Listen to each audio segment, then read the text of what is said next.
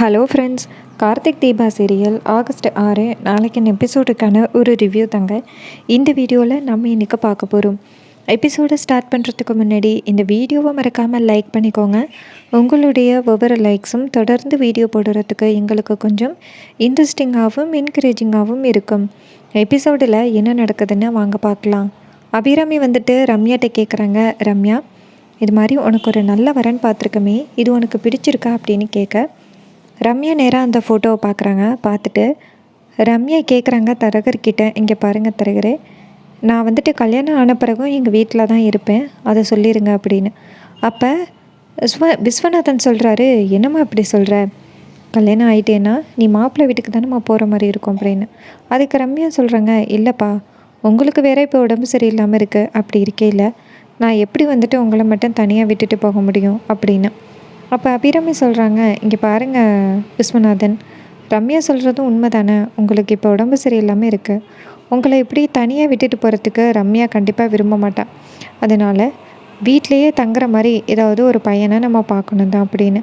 அப்போ தரகர் சொல்கிறாரு, இங்கே பாருங்கம்மா, இந்த பையனோட கேரக்டர் கூட நல்ல கேரக்டர் தான், சொன்னால் கண்டிப்பாக ஒத்துப்பார், நான் பேசி பார்க்குறேன் அப்படின்னு. இதை கேட்ட ரம்யாவும், சரி நீங்கள் பேசி பார்த்துட்டு மிச்ச விஷயத்த அப்புறம் நீங்கள் ஆன்ட்டிக்கிட்டே பேசிக்கிட்டீங்க அப்படின்னு. இது கேட்டுட்டு அபிராமியும், உன் மனசில் உள்ளது சொல்லிட்ட ரம்யா, இனிமேல் எந்த பிரச்சனையும் இல்லைன்னா மாற்றுக்கிறேன், நீ எதுக்கும் கவலைப்படாத அப்படின்னு. இதை கேட்டுட்டு ரம்யாவும், சரிங்க ஆண்டி, எனக்கு ஒரு முக்கியமான வேலை இருக்குது, நான் வெளியில் போகிறேன் அப்படின்னு சொல்லிட்டு அந்த இடத்துலேருந்தே நேராக வெளியில் போகிறாங்க. அப்போ விஸ்வநாதன் நேராக அபிராமியை பார்த்து, நேற்று நீங்கள் சொன்னது ஏதோ சும்மா என்னுடைய வாயை அடைக்கிறதுக்காக சொல்லியிருப்பீங்களோன்னு நினச்சேன், ஆனால் நீங்கள் என் பொண்ணுக்காக தரகரை வரைக்கும் வர சொல்லி என் பொண்ணுக்கு ஒரு நல்ல வரனை பார்த்துருக்கீங்க, ரொம்ப நன்றிம்மா. ரம்யாவுக்கு அம்மா இல்லை, ஆனால் அம்மாவோட ஸ்தானத்துலேருந்து நீங்கள் ரம்யாவுக்கு நல்லது கெட்டது பண்ணுறது எனக்கு ரொம்ப சந்தோஷமாக இருக்குது அப்படின்னு. அப்போ அபிராமி சொல்கிறாங்க, இங்கே பாருங்கள், ரம்யாவை பற்றி எனக்கு நல்லாவே தெரியும், ரம்யா ரொம்ப நல்ல பொண்ணு, தீபாவோட கல்யாணத்துக்காக அவள் நிறைய பண்ணிக்கிட்டு இருக்கா, ஏன் இப்போ கூட இந்த தீபாவோட கல்யாணத்தை சிறப்பாக நடத்தணும் அப்படின்னு ஒரு மேரேஜ் ஆர்கனைசரை கூட அழைச்சிட்டு வந்துட்டு தீபாவோட கல்யாணத்தை சிறப்பாக நடத்துறதுக்கு ரம்யா முயற்சி பண்ணிக்கிட்டு இருக்கா. இதெல்லாம் ரம்யா பண்ணும் பொழுது ரம்யாவுக்காக நாங்கள் இதை பண்ண மாட்டோமா, நீங்கள் வேணும்னா பாருங்கள், தீபாவோட கல்யாணத்துக்கு முன்னாடி ரம்யாவோட கல்யாணம் தான் நடக்க போகுது அப்படின்னு. அப்போ விஸ்வநாதன் சொல்கிறாரு, நீங்கள் எப்படி உடம்பு குணமானத்தோட ரம்யாவுக்கு கல்யாணம் பண்ணி வைக்கிறேன்னு வாக்கு கொடுத்தீங்களோ அதே மாதிரி கொடுத்த வாக்கை காப்பாற்றுறீங்க அப்படின்னு. அப்போ அபிராமி சொல்கிறாங்க, இங்கே பாருங்கள், ரம்யாவும் எனக்கு பொண்ணு மாதிரி தான், அதனால் அவளுடைய வாழ்க்கையும் நல்லா இருக்கணும்னு நான் நினைக்கணும்ல, நீங்கள் எதுக்கும் கவலைப்படாதீங்க, கண்டிப்பாக ரம்யாவோட கல்யாணம் வந்து நல்லபடியாக முடியும், நம்ம இப்போ சொல்லியிருக்க மாப்பிள்ளை ரம்யா சொன்ன அந்த கண்டிஷனுக்கு மட்டும் ஒத்துக்கிட்டாருன்னா நமக்கு பிரச்சனையே இல்லை அப்படின்னு. அதுக்கு விஸ்வநாதன் சொல்கிறாரு, கண்டிப்பாக அந்த மாப்பிள்ளை சொன்னதுக்கு ஒத்துப்பாங்கன்னு எனக்கு நம்பிக்கை இருக்குது அப்படின்னு. இதை கேட்ட அபிராமியும் சரிங்க அப்படின்னு சொல்ல விஸ்வநாதன் சொல்கிறாரு, சரி மேடம், நான் வீட்டுக்கு போயிட்டு வரேன் அப்படின்னு சொல்லிட்டு விஸ்வநாதன் வீட்டுக்கு கிளம்புறாரு. தீபா சொல்கிறாங்க விஸ்வநாதன் கிட்ட, இங்கே பாருங்கள் மாமா, நீங்கள் கவலைப்படாதீங்க, கண்டிப்பாக ரம்யா வந்துட்டு இந்த வரனை வேணான்னு சொல்ல மாட்டா அப்படின்னு. விஸ்வநாதன் சொல்கிறாரு, ரம்யாவுக்காக நீ இவ்வளவு யோசிக்கிற, நீ ரொம்ப நல்ல மனசுக்காரிமா அப்படின்னு. தீபா சொல்கிறாங்க, சின்ன வயசில் நான் ரம்யாவை பார்த்தேன், அதுக்கப்புறம் நான் ரம்யாவை பார்க்குறதுக்கு கொஞ்சம் கூட வாய்ப்பே கிடைக்கல, ஆனால் கடவுளாக பார்த்து மறுபடியும் ரம்யாவை என்கிட்ட கொண்டு வந்து சேர்த்துருக்காரு, அதனால் ரம்யாவுக்கு ஒரு நல்ல வாழ்க்கை அமையணும்னு நானே யோசிப்பேன் அப்படின்னு.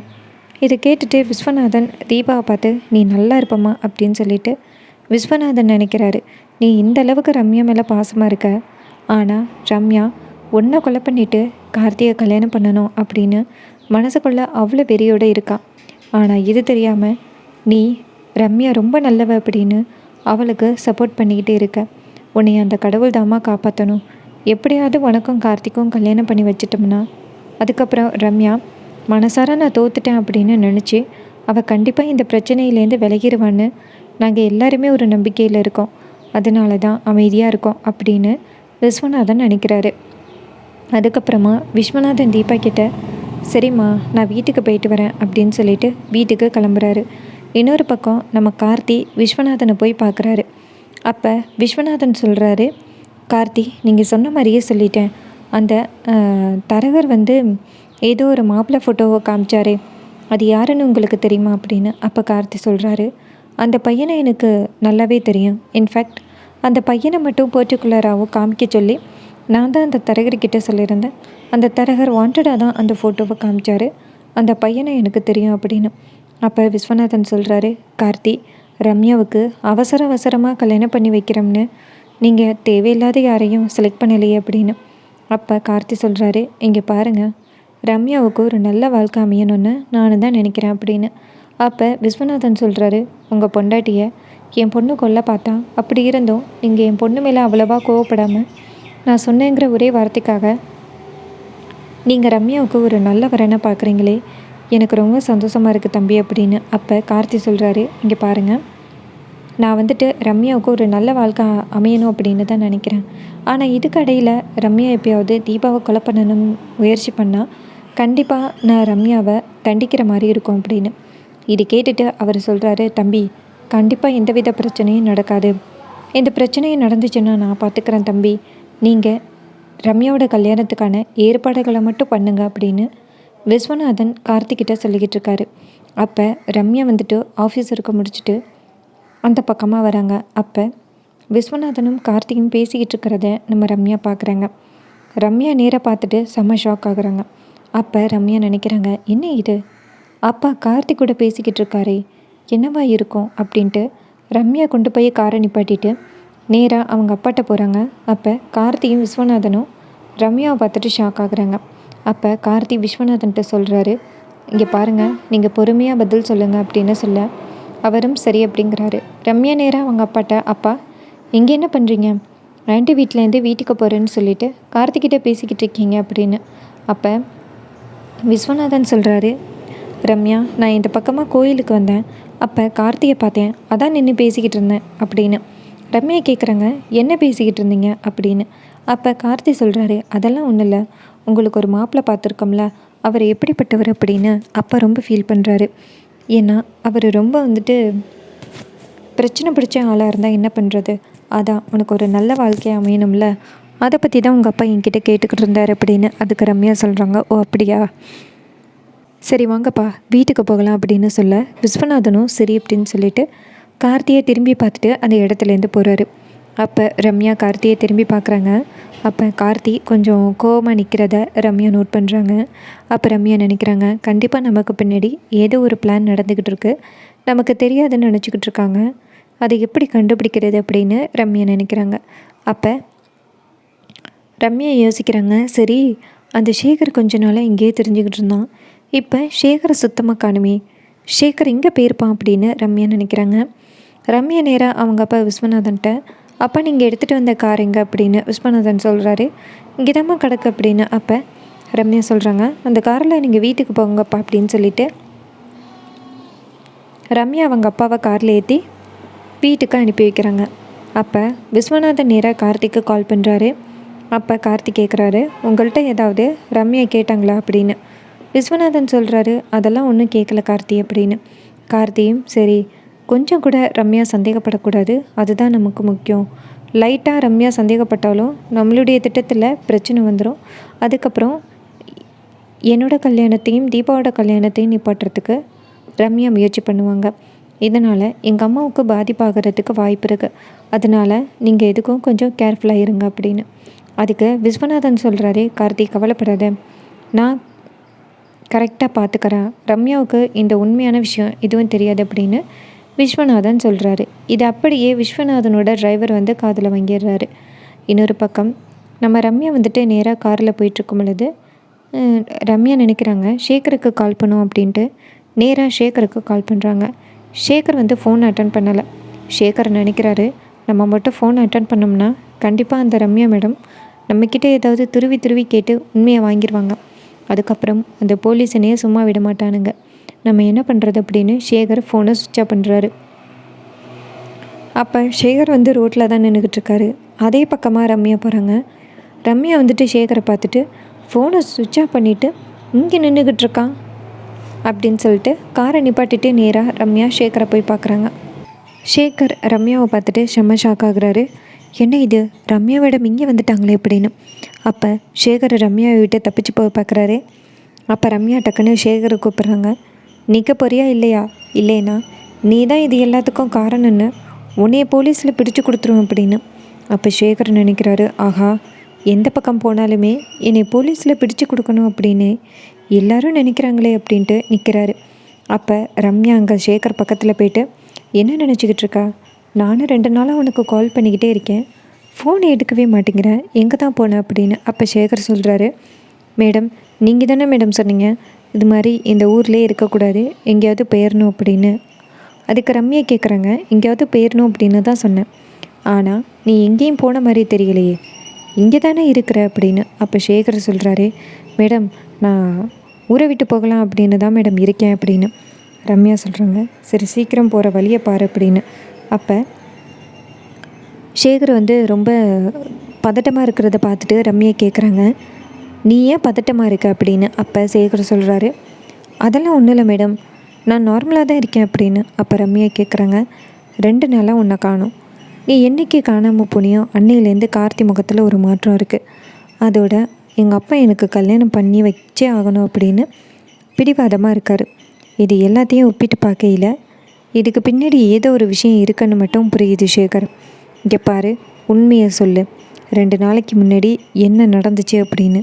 அப்போ சேகர் நினைக்கிறாரு, ஆஹா, நம்ம எப்படி முகத்தை மாற்றினாலும் இந்த மேடம் முழுசாக கண்டுபிடிச்சிடுறாங்களே, நம்ம என்ன பண்ணுறது அப்படின்னு சேகரன் நினைக்கிறாரு. ரம்யா சொல்கிறாங்க, உண்மையை சொல்கிறியா இல்லையா அப்படின்னு. அப்போ சேகர் சொல்கிறாரு, மேடம் என்னை மன்னிச்சிருங்க மேடம் அப்படின்னு. அப்போ ரம்யா கேட்குறாங்க, ஏன் என்னாச்சு அப்படின்னு. சேகர் சொல்கிறாரு, மேடம் உங்ககிட்ட மட்டும் உண்மையை சொன்னால் இருக்கிற கேஸ் எல்லாத்தையுமே என் மேலே போட்டு என்னை ஸ்டேஷனுக்குள்ளே தள்ளி என் வாழ்க்கையவே அழிச்சிடுவேன் அப்படின்னு அந்த போலீஸ் சொல்கிறாங்க. அதனால தான் மேடம் நான் இத்தனை நாளும் தப்பிச்சு போய் ஒளிஞ்சிக்கிட்டு இருந்தேன் அப்படின்னு. ரம்யா கேட்குறாங்க, யார் உன்னை மிரட்டினது அப்படின்னு. அப்போ சேகர் சொல்கிறாரு, மேடம் 2 நாளைக்கு முன்னாடி கோவிலில் இருந்தேன். அப்போ என்ன நடந்துச்சுன்னா, கார்த்தி வந்துட்டு பொசுக்குன்னு என்னட்ட நீ தானே போலீஸ் சாமியார் அப்படின்னு கேட்டார். நான் ரொம்ப அதிர்ச்சி ஆகிட்டேன். என்ன சார் இப்படி கேட்குறீங்க, நான்லாம் போலீஸ் சாமியார் இல்லை அப்படின்னு சொல்லி ரொம்ப தப்பிச்சு போகிறதுக்கு பார்த்தேன். ஆனால் கார்த்தி என்னை அடிச்சிட்டாரு. நான் பயந்து போய் நீங்கள் தான் இதெல்லாம் செய்ய சொன்னீங்க அப்படின்னு உங்கள் மேலே பழிய போட்டுட்டேன். அப்போ கார்த்தி என்னை போலீஸ் ஸ்டேஷன் இழுத்துட்டு போனார். அங்கே போனதோட போலீஸ் ஸ்டேஷன் உள்ளே என்னை கொண்டு போய் அடிச்சிட்டாங்க. நான் ரொம்ப கெஞ்சினேன், என்னை விட்டுருங்க அப்படின்னு. ஆனால் அவர் விடவே இல்லை. அப்போ உங்கள் அப்பா இருக்காருல்ல, அவர் நேராக ஸ்டேஷனுக்கு வந்தார். வந்ததோட கார்த்திக்கிட்ட ரொம்ப கெஞ்சினார். அதுக்கப்புறம் 2 பேரும் போய் வெளியில் நின்று பேசினாங்க. அதுக்கப்புறம் ஸ்டேஷனுக்குள்ளே ஏதோ பேசினாங்க. அதோடு என்னை கூப்பிட்டு என்ன சொன்னாங்கன்னா, இது மாதிரி இந்த விஷயம் ரம்யாவுக்கு தெரியக்கூடாது அப்படின்னு சொன்னாங்க. நானும் சொல்ல மாட்டேன் அப்படின்னு சொல்லி வாக்கு கொடுத்துட்டு அந்த இடத்துலேருந்து வெளியில் வந்துட்டேன். அங்கே என்ன நடந்துச்சுன்னு எனக்கு தெரியாது மேடம், அங்கே என்ன நடந்துச்சுன்னு மட்டும் என்கிட்ட கேட்காதீங்க அப்படின்னு. அதுக்கு ரம்யா சொல்கிறாங்க, இங்கே பாரு, என்ன நடந்துச்சுன்னு உனக்கு தெரியாதா, உண்மையை சொல்லு அப்படின்னு. அப்போ சேகர் சொல்கிறாரு, மேடம் ஒரே ஒரு விஷயம் மட்டும் காதில் விழுந்துச்சு, உங்களுக்கு சீக்கிரம் கல்யாணம் பண்ணி வைக்கணும், உங்கள் கண்ணு முன்னாடி கார்த்தி தீபாவுக்கு கல்யாணம் நடக்கணும், அப்படி கல்யாணத்தை பார்த்தா நீங்கள் சாந்தமாகிடுவீங்க அப்படின்னு கார்த்தியும் போலீஸ்கிட்ட பேசிக்கிட்டு இருந்தார். அதை மட்டும் நான் காதில் வாங்கினேன். ஆனால் ஒன்று மேடம், கண்டிப்பாக உங்களுடைய பிளானை கார்த்தி தெரிஞ்சுக்கிட்டாரு. உங்களுக்கு எதிராக கண்டிப்பாக ஏதோ ஒரு பெரிய திட்டத்தை தீட்டிக்கிட்டு இருக்காரு, அது மட்டும் எனக்கு புரியுது அப்படின்னு. இது கேட்டுட்டு ரம்யா சேகரை ஓங்கி அரைஞ்சி, உன்கிட்ட எப்பேற்பட்ட ஒரு வேலையை கொடுத்தேன், ஆனால் நீ ஈஸியாக கார்த்திக்கிட்ட என்னை பற்றின உண்மைகளை சொல்லிவிட்டு எனக்கு முன்னாடியே நிற்கிறியல்ல அப்படின்னு சேகரை அடிக்க. அப்போ சேகர் சொல்கிறாரு, என்ன மேடம், அந்த பக்கம் போனால் போலீஸ் என்னை அரெஸ்ட் பண்ணிடுவாங்க, இந்த பக்கம் வந்தால் நீங்கள் என்னை பேசுவீங்க அப்படின்னு நான் இத்தனை நாளாக பதுங்கியிருந்தேன். இதுக்கு மேலே கண்டிப்பாக என்னால் ஒன்றும் பண்ண முடியாது மேடம், தயவு செஞ்சு என்னை மன்னிச்சிடுங்க, நான் அந்த ஊரை விட்டு போயிடுறேன், என்னை விட்டுருங்க அப்படின்னு. அப்போ ரம்யா சொல்கிறாங்க, எங்கே போகிற, ஆரம்பித்த வேலையை நீ தான் பாதியிலேயே முடிச்சுட்டு போகக்கூடாது, முழுசாக நீ தான் முடிச்சுட்டு போகணும், மரியாதையாக இரு அப்படின்னு சொல்ல சேகர் கேட்குறாரு, நான் என்ன மேடம் பண்ணுறது அப்படின்னு. அப்போ ரம்யா சொல்கிறாங்க, இங்கே பாரு, எப்படியா இருந்தாலும் கண்டிப்பாக என் மேலே ஒரு நாள் பறி வரும், அப்போ நீ தான் எனக்கு பதிலாக ஜெயிலுக்கு போகணும் அப்படின்னு. சேகர் சொல்கிறாரு, மேடம் எனக்குன்னு ஒரு குடும்பம் இருக்குது மேடம், எப்படி உங்களுக்காக நான் ஜெயிலுக்கு போக முடியும், ஏற்கனவே நான் உங்ககிட்ட என்ன சொன்னேன், கண்டிப்பாக நான் ஜெயிலுக்கெல்லாம் போக மாட்டேன், என் குடும்பத்துக்காக நான் இருக்கணும்னு சொன்னேன்ல அப்படின்னு. ரம்யா சொல்கிறாங்க, அது முன்னாடி நீ வந்துட்டு எனக்கு எதிராக நீ வந்துட்டு திட்டத்தை போட்டுட்ட, அதனால் உன்னைய கண்டிப்பாக நான் ரிலீஸ் பண்ணுறதுக்கு வாய்ப்பே கிடையாது. நான் என்ன சொல்கிறேனோ செய்கிறதுக்கு நீ இருந்தே ஆகணும் அப்படின்னு ரம்யா சொல்கிறாங்க. சொல்லிவிட்டு அந்த இடத்துலேருந்து போகிறாங்க. சேகரன் நினைக்கிறாரு, இனி எல்லாரும் சேர்ந்து இப்படி போட்டு கொடுமைப்படுத்துகிறாங்களே அப்படின்னு. சேகர் ரொம்ப சோகமாக இருக்கார். இன்னொரு பக்கம் ரம்யா நேராக வீட்டுக்கு போயிட்டு அவங்க அப்பாவை பார்க்க, அப்போ விஸ்வநாதன் சொல்கிறாரு, ரம்யா நீ கார்த்திகை மறந்துட்டு இன்னொரு கல்யாணத்துக்கு ஒத்து பண்ண நான் நினைக்கவே இல்லை, நீ நல்லபடியாக இந்த கல்யாணத்தை பண்ணிக்கிட்டேனாலே போதும் அப்படின்னு. அதுக்கு ரம்யா சொல்கிறாங்க, சரிப்பா நான் கல்யாணம் பண்ணிக்கிறேன் அப்படின்னு ரம்யா சொல்லிவிட்டு மனசில் என்ன யோசிக்கிறாங்கன்னா, அப்பா நீங்கள் சரியான ஆள், என்னை ஈஸியாக வந்துட்டு ஏமாத்திடலாம்னு நினச்சிக்கிட்டு இருக்கீங்கள்ல. நான் ரம்யா, இந்த ரம்யாவை பற்றி உங்கள் யாருக்குமே தெரியவே இல்லை. என்னை ஏமாற்றி தீபா கார்த்தியோட கல்யாணத்தை பண்ணுறதுக்காக தான் என்னையை டைவர்ட் பண்ண பார்க்குறீங்கல்ல, உங்கள் யாரையுமே நான் விட மாட்டேன் அப்படின்னு ரம்யா நினைக்கிறாங்க. இன்னொரு பக்கம் ரம்யா அந்த இடத்துலேருந்து போனதோட விஸ்வநாதன் நேராக கார்த்திக்கு கால் பண்ணுறாரு. அப்போ கார்த்திக் கேட்குறாரு, சொல்லுங்கள் சார் என்னாச்சு அப்படின்னு. அப்போ விஸ்வநாதன் சொல்கிறாரு, தம்பி நம்ம நினச்ச மாதிரியே ரம்யா வந்துட்டு டைவர்ட் ஆகிட்டா, இனிமேல் ரம்யாவுக்கு பார்த்துருக்கிற மாப்பிள்ளையை மட்டும் ரம்யா கிட்டே பேச விட்டால் போதும், கண்டிப்பாக அவர் பார்த்துப்பார் அப்படின்னு. இதை கேட்டுட்டு கார்த்தி சொல்கிறாரு, நாளைக்கு அந்த பையன் வீட்டுக்கு வரான், நாளைக்கே ரம்யா கிட்டே இன்ட்ரடியூஸ் பண்ணி வைப்போம், கண்டிப்பாக அவன் வந்துட்டு ரம்யா கிட்டே பேசுவான், இதனால் ரம்யா மனசு கொஞ்சம் சேஞ்சஸ் ஆகுறதுக்கு நிறைய வாய்ப்பு இருக்குது அப்படின்னு. இதை கேட்டுட்டு விஸ்வநாதனும் சரி கார்த்தி அப்படின்னு சொல்லிட்டு ஃபோனை கட் பண்ணுறாங்க. அப்போ தீபா வந்து கேட்குறாங்க, கார்த்திக் சார் யார்கிட்ட பேசிக்கிட்டு இருந்தீங்க, ரம்யான்னு பேசிக்கிட்டு இருந்தீங்க அப்படின்னு. அப்போ கார்த்தி சொல்கிறாரு, ஆமாம் ரம்யா, ஆமாம் தீபா, நாளைக்கு ரம்யாவுக்கு பார்த்துருக்கோம்ல மாப்பிள்ளை, அவங்க வீட்டுக்கு வராங்களாம் ரம்யாவை பார்க்குறதுக்கு அப்படின்னு. இதை கேட்டதோட தீபா ரொம்ப சந்தோஷப்படுறாங்க. சார் ரம்யாவை பொண்ணு பார்க்குறதுக்கு நாளைக்கு வராங்களாம், கேட்கும் பொழுதே ரொம்ப சந்தோஷமாக இருக்குது சார். எங்கே ரம்யா கல்யாணத்துக்கே ஒத்துக்க மாட்டான்னு நினச்சேன், அத்தை சொன்னதோட கல்யாணத்தை ஒத்துக்கிட்டா, ரொம்ப ஹாப்பியாக இருக்குது சார். என் கல்யாணம் முடிஞ்சதோட ரம்யாவோட கல்யாணமும் நடக்க போகுது அப்படின்னு. அப்போ கார்த்தி சொல்கிறாரு, ஆமாம் தீபா அப்படின்னு. ரொம்பவே சூப்பராக அப்கமிங் எபிசோடை கொண்டு போகிறாங்க. இதே மாதிரி இனிமேல் அப்டேட்ஸை தொடர்ந்து நம்ம சேனலில் பார்க்கணும்னா மறக்காமல் சப்ஸ்கிரைப் பண்ணிக்கோங்க. இது வரைக்கும் இந்த வீடியோவை பார்த்தவங்க எல்லாருக்குமே ரொம்ப நன்றி. அடுத்த வீடியோவில் பார்க்கலாம்.